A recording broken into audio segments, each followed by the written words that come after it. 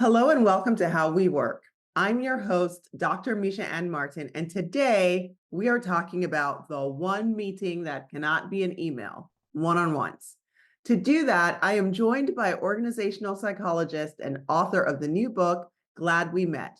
Please welcome Dr. Stephen Rogelberg.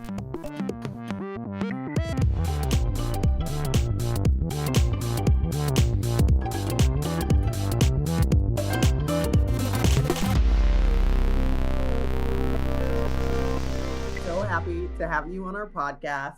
So I was saying to you, a few minutes before that I heard you speak about this topic the first time years ago at the Mayflower Survey Consortium, and it stuck with me. And so here I am years later, and I recommended for you to come on our podcast, and I'm so delighted that you have. Oh, well, thank you. I really appreciate that. And the good news is I have so much new content. And Yeah. the content around one-on-one meetings, I think is a great opportunity for your listeners. I'm really excited to talk about it. I am also excited to jump into it. But before we do that, we're work human. And so we like to start out with who you are as a human. So tell us about who you are, Steve the human. All right. Well, Steve the human is a dad, husband, and son. Obviously, I recognize the criticality of meaningful relationships. And so that is obviously the most important parts of my identity. But I'm also this crazy organizational psychologist that studies meetings. And I have been doing that for 20 years. And I'm really passionate around leveraging science to address pain in organizations. And anything connected to meetings is sadly quite painful. And I'm also really into taking science and shining it upon missed opportunities in organizations. And that's where one-on-one meetings come in. They're incredible opportunities that we just haven't fully realized. So let's jump right into it. In your opinion and in your research, what makes for an effective one-on-one? So a one-on-one meeting is a meeting that's orchestrated by the manager, but it's not for them. It's for the direct. And it's a meeting where you can truly see the direct, that Mhm. you care about what's on their minds and their challenges and their problems. And you recognize that by elevating them and supporting them, that you're helping them thrive. But by doing so, you're thriving. And because ultimately your success is a function of the success of those that you lead. So that brings me to my next question, right? Because this is a connection point between the manager and the direct report, but you still have to check in on the tasks and meet the goals and make sure people are working on things that are priorities. So how do you go about balancing checking in on the things and the tasks with checking in on the person who's doing the things and the tasks? I love that. That's a great question. Um, so first of all, when it comes to monitoring work, there's a Mhm. lot of ways of doing that, right? There are very successful managers who rely on asynchronous approaches, right? Where you can have a shared Google Doc or something like that, where certain task activities could be updated, questions could be posed, and we could monitor work that way too. Um, One-on-ones will allow for critical issues and critical monitoring to still occur. Mhm. That's not the goal of that. It Interesting. will emerge naturally, but let's do it on the terms of the direct, right? Let's allow the direct to say, I am struggling with X. Here's Mhm. what I'm thinking around. I'd love your input. Or as you know, I'm working on Y and Z. In your opinion, should be the highest priority item? Or I'm finding that I have these two tasks that are kind of in conflict with one another, and this is how I'm experiencing that, and I would love your thoughts on it. So monitoring will still happen naturally, but we definitely don't want these one-on-ones to be just one big status update. That is missing the tremendous potential of one-on-ones to truly see someone and hear them. So does frequency matter? Frequency definitely matters. The research is really clear that a weekly or bi-weekly, every other week cadence is most ideal to maximizing the benefits. The research shows that when you have a cadence such as that, employee engagement is higher, alignment is higher. Also, you wind up saving time because employees generally will hold back some of the interruptions that they often have during the week because they know they've got you. They know they have this time. It also allows for momentum to build. And let's not forget, one-on-ones in many regards is where leadership happens, right? Mhm. This is that time that you have that leader to really be present for you. So when it's too sporadic, it just feels like an event, right? When we think about why performance appraisal systems often don't work, it's because they just feel like this event. There's not a sense of process or momentum. And so one-on-ones are just that mechanism for keeping this flow, this support ongoing. And interestingly, when I survey people around their preferences for how often they would want one-on-ones, it is every week. They want them every week. And interestingly, the people who wanted them more were actually the more senior managers. So counter to stereotypes that the younger generation is give me feedback. We actually found more senior managers wanted a greater cadence because they recognize how critical these activities are. That's so interesting. So my mind is going ping, ping, ping, ping, ping. Okay, so you mentioned creating a safe space for people to say, I'm struggling. I'm thinking about somebody who is maybe new to their leader. How does the leader create that space and that safety for the person to answer that question honestly and really feel safe admitting that they're struggling if they are? Oh, it's great. Um, Basically, by making a values-based argument, right? I want to be the best possible leader I can be for you. And to that end, I want to have this time, this predictable time that you have my full attention. It does not mean that you don't have my attention at other times, but this is the predictable time. This is the bare minimum commitment that I want to bring to you. And so by framing it as a values based, then I think there's a little bit more sincerity that comes through. But really, what it's going to come down to is how you act during the meeting, what you say, right? If you're asking lots of why, help me understand, how can I help type questions, and you follow through, then you're building the psychological safety that's so critical. But if you engage in behaviors that are just about micromanaging, then people won't experience it that way. And these one-on-ones will have that counter effect and Mhm. won't be this positive force. So set them up, act consistently with those values, and finally, do what you say you will do. So at the end of that meeting, and you say, okay, so here's what we talked about. Here are the key takeaways. Here are the actions that you need from me. And here are the things that you're going to do. Are we all on the same page? And you actually do it, then you've cemented the value of these and you've promoted that psychological safety. Those are fantastic tips. Thank you. I do want to take a step back though, because you talked about, the research that you've done on one-on-one. So can you tell our listeners a little bit about that and what you found, especially the other things that surprised you, in addition to what you've already told us? I mean, there's a whole book full. That was the beauty of this. Like, my first book, The Surprising Science of Meetings, I went into a crowded space. And what was different, though, is I brought science to that crowded space, but it was still a crowded space. There's lots of people who talk about meetings. This space is empty. Mhm. There is just not meaningful scientific content around one-on-ones. And so that's what's so, I think, exciting about this book and this focal area.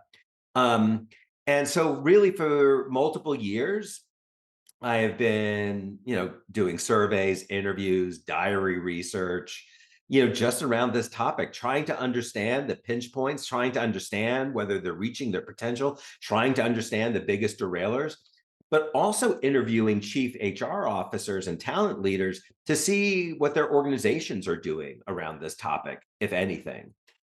The learnings have been incredible, enough to fill a book. But and so there's so many. I think some of the great learnings or surprises are really around blind spots.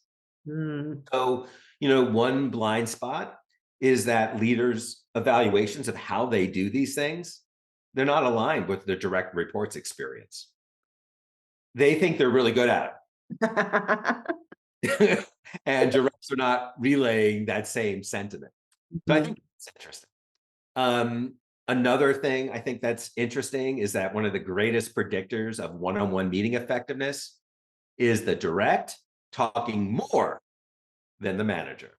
Interesting. More than the direct, ratings are just not as good. Another, I think, neat surprise is where these meetings should happen. One-on-one directs do not want one-on-ones in their office. I think that's kind of interesting. I think another neat finding is how we need to think hard about the questions we ask, but also about the response approach we ask. And let me unpack this one. Yes. So, how are you? Standard question. It doesn't work. When you ask someone, how are you? They give you an automatic response. Fine, Mhm. good, great. It doesn't tell you anything. It's an automatic response. But if you ask that same question and say, you know what? How are you? But answer on a 10-point scale, with one being really bad to 10 being fantastic. Where are you considering everything? Now you've inspired thought. Now you'll get responses of a 6 or a 7. And now you have something to work with to really understand where folks are at. So those are some of them, but then there's some other interesting blind spots. I'm really moved by the blind spots that exist at the organizational level too. So I've only found one organization that provides any training to their managers Right. around, one on how to do one-on-one meetings. I mean, that's bonkers, right? Especially given that our data shows that only around 50% of these one-on-ones are rated as optimal. So that means 50% are rated as suboptimal. So clearly there's this opportunity. And I have not found any organizations that do any kind of meaningful monitoring of this activity. So I'm really moved. There's this company, like, for example, called Kairos, that's created this system where people can provide anonymous feedback about their one-on-ones, and then the leader gets a dashboard to see how they're doing. Mm. Fantastic. We need to provide a light, right? We need to provide people with data and information so that they can make positive changes. And by doing so, we can reach the potential of these activities. Yeah, I've always found that fascinating as well, right? So I think about the one-on-one between a leader and their direct report as the foundation of how the direct report experiences the organization. And yet we invest all of this, all of this money in elaborate leadership training on everything else except how to do a good one-on-one. Oh my gosh, that is such a great comment. And it's incredible to me. If Mhm. you think about the money organizations spend on meetings and one-on-ones, right? Time by wages, not even counting opportunity costs, Mhm. it's massive. It blows the investment in IT out of the water. We Yeah. are spending way more money on meetings and one-on-ones. And yet there's no one who owns it. And, so IT, we recognize we need an owner to make sure that we're maximizing our return on this investment. But when it Mhm. comes to collaboration technologies, we don't. And this is this is why one of the many reasons I was really excited to talk to you, because this is an incredible opportunity for HR. HR and talent leaders have the opportunity to raise their hands and say, we got this. We can be the engine that makes these critical collaboration opportunities truly shine for us. We got it. And we're going to provide the foundation. We're going to provide the feedback. We're going to provide the learnings. We're going to level up skills. We're going to address these blind spots. We got this. And the beautiful thing for these HR and talent leaders in this space is that because things are just so bad, their ability to show value is just so high. And that's exciting. That is exciting. So here at WorkHuman, we believe that, technology can be an enabler for collaboration, particularly in today's environment. And I don't know if you know, but we actually do have a one-on-one product that we call Conversations. And so right there on the side, as you're having your one-on-one, there's guidance around the things that you should be talking about based on the type of one-on-one you're going for. Love it. So, today's working environment is different than it was about 3 to 5 years ago, pre-pandemic. So, how does this idea of good one-on-ones translate, in a remote working environment, hybrid? Do people need to be on camera? What about walking Yeah, meetings? What's your perspective on that? it's a great question. And the importance of one-on-ones is at an all-time high. People have such a need to feel seen. And one-on-ones are that mechanism. As we work remote, we crave still being seen. And people didn't miss meetings at work. They just missed the ability to connect with others and have that time with their manager that's perhaps unstructured even.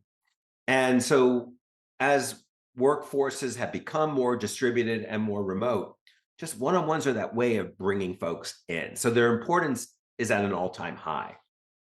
We have not found a big difference between virtual versus face-to-face. Both are welcomed. It always just keeps coming down to the quality of the interaction. You can have a very high quality interaction virtually. The technology does not fix things and it does not make things better per se. It can do those things, but fundamentally it's the manager, right? It's the questions the manager asks and how actively they listen and the types of support they provide. We can conduct these virtually. We can conduct them walking, even just being on the phone. If it is virtual, you definitely want to see the person. What we found when we asked people about where these meetings should occur, they generally preferred the manager's office or a conference room. Interest in walking and things like that tended to be bimodal. Some people loved the idea, but others didn't. This is not a problem because fundamentally, as I mentioned earlier, these meetings are for the direct. So this is a great signal when you ask the direct, hey, how do you want to have this meeting? Here's some choices. What's your preference? That is another signal. So the space, there's lots of different options. We can find the one that fits their needs. But it's always going to come back to the fundamentals of having a regular cadence, the fundamentals of actively facilitating, the fundamentals of allowing the direct to drive the topics of interest and the conversation. So I've thought about this topic a lot, but that's something that I've never thought about, meaning I've never thought to ask a direct report how they want to have a one-on-one. I've often grabbed the direct report and said, back in the, work in person days and said, hey, let's do a walk, right? But I've never asked them, how do you prefer to do this? I think that is a very, very great tip. And it's a tiny thing, but it's one of those big signals. And I love the use of the word like signals, right? Because there's things that we do all the time, but we're also sending signals all the Yeah. time about what really matters to us. And so anytime we can send signals of, caring, concern, support, like that sticks with the person. Mhm. And, when we think about the adage that people don't leave bad jobs, they leave bad bosses. Mhm. Well, one-on-ones are that mechanism to show you're a good boss, Yeah. right? You care about the entire person. You know, when we think about work human and how you started this conversation, right? Work human is about the whole person, Yeah. and one-on-ones are about the whole person. What about agendas? Do we need those in advance? Do those not matter? Is there something to be said for the direct report giving the leader a heads up on what they want to talk about? Um, Another good question. Thank you very much. So yeah, this was something that was surprising that a lot of managers think they don't need an agenda for these types of meetings, but we found a pretty clear association that when a manager does have agendas, that those one-on-ones were evaluated more effectively. However, it's not like this heavy agenda. It's just a plan. It's a plan of action. And it's really another signal that you thought about this meeting and where it's going. But what mattered even more than just that agenda was the direct report's involvement in the creation of the agenda. So we want to make sure their voice is informing. Now, in terms of actually the specifics, the two most common ways is the listing approach. In the listing approach, you basically tell the direct, come to this one-on-one with a list of things that you want to talk about. But when in creating your list, think big, small, long term, and short term. Don't just privilege immediate fires, right? Think bigger. Even periodically say, bring something on your list having to do with your career, right? So help prime them on the range of topics that can be discussed. So they come with a list. You can have a list, but you want to tell them what's the key issues on your list, but your list is second. Their list comes first. Love Now, that. if something emerges where your list makes sense, sure, bring it up. But the fact is, we want their list to dominate, and you make that clear, sending that signal. Another approach is to have a set of core questions that you ask. You know, what are your biggest challenges right now, and how can I support you? This allows the direct to still fully construct the conversation. You're providing the parameters, but they have lots of latitude. So you can kind of come up with these core questions. They can provide input into these core questions, and you can execute that way. With that all said, in both cases, what's generally found is that people do tend to get locked down into these fires and the day-to-day. So we either want to allocate time at every single one-on-one to say, okay, let's now focus broader, longer term, or dedicate 1 out of every 4 of your one-on-ones to that longer term, broader picture. So this just allows the one-on-one to stay dynamic and interesting and responsive. And one of the things I do in the book is I just outline a variety of topics to consider, a menu. You could never do everything on this menu in one meeting. But what a manager wants to do is just make sure they've sampled across that menu, right? To have a well-rounded diet over time. And so I like that thought of, having this broader choice. But I also want to say that it takes 2 to tango. A one-on-one is not just the manager's responsibility. The direct has a role too. So do you want to talk a little bit about the direct's role? Yes, go right ahead. So I spent some time in the book kind of outlining the key things that directs can do to make these one-on-ones really pop. And obviously we don't have time to go into it, but let me share a couple things. So first of all, a direct actually needs to know what they want to get out of this. They just can't go in as a blank slate. Mhm. They have to actually think before the one-on-one. What are their hopes? What are their meaningful challenges? And that actually takes a little thought, right? But you can't get what you want unless you know what you want. So giving that some thought actually really matters. A second thing is that the research is really clear that when you ask for help, that you want to do it in a way that makes you autonomous, not dependent. So asking people for information, for counsel, for their thoughts, to share your potential solutions to it, this is all about enabling you to fully own the help and to enact it. You're not looking for someone else just to solve your problems. And the Mhm. research shows that people who engage in more dependent help seeking, they actually have lower performance. But those people who engage in more autonomous help seeking, they have better performance. So another key thing for the direct is just to make sure that they're thinking about the problems, they're thinking about potential solutions, and that they are looking at the manager as just a source of information to help them on their path to solving it. But they're not looking for that manager just to fix everything and make it go away.